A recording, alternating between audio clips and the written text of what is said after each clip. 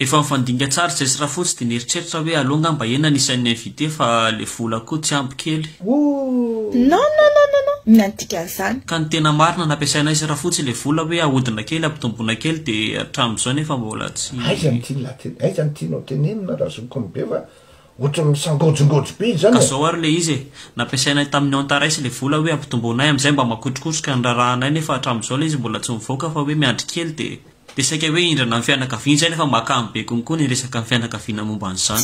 Tsy tokony ohatra an'izay le izy fa tokony mampita ianao dia miara-misalamy rehetrarehetra. Fotsiny zao zarako aminao. Ka le izy koa ngery zareo atao be da be le invité nefa nafitsofan-dranonao any am-piangonana ary tsy jereny zareo akory ny sakafo ano fata zareo sasany ara mavita mitondra sase mihitsy. À côté de la plaque ianao andriamatoa.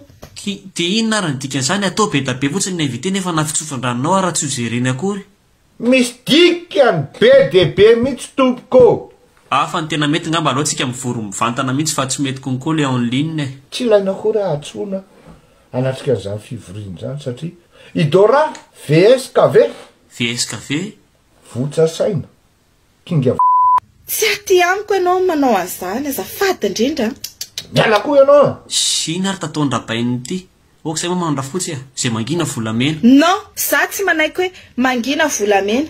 Raha mafy ianao ampiakariny débat. Fa nga le olona simple fonctionnaire ohatranao. Vato lampy zao vehivavy zao hitanao ampy anjizanao. Zao ngery zareo ny zavatra ivorintsika eto zao ramsea. Il est temps que vous vous séparez. Tsy moramora zany. Saraka ahoana. Mety zany proposition zany. Tout puissant fleuri, conseiller de Jesus. C'est pas toi qui commande ici, hein? Hita hoako raha tsy hoe tsy mety aminareo le izy dia izay ny lalana hitanareo fa metiko. Mba mitapy ihany nareo a. Aza mandray zavatra ambolony fotsiny izay lalan'izay no lalana tsara indrindra.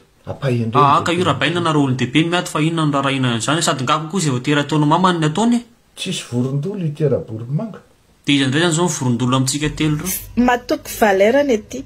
Matoky tenany aty ozy izy Denise zay. Tsy minde mandeha any indrodo rano miteny aza mano ny zavatra tsy tranga amin'ny fiainanao fa fatapirenena fa ianao ny dora ianao ny vorondolo. Izay raha baina fa nareo koa hoe mba misaina sina ary tataonareo ty. Ka tsy haiko hoe votsa saina ve zany sa kinga inona araka fiteninao anazy ary zao no teneniko anao ailleurs peut-être mais pas ici.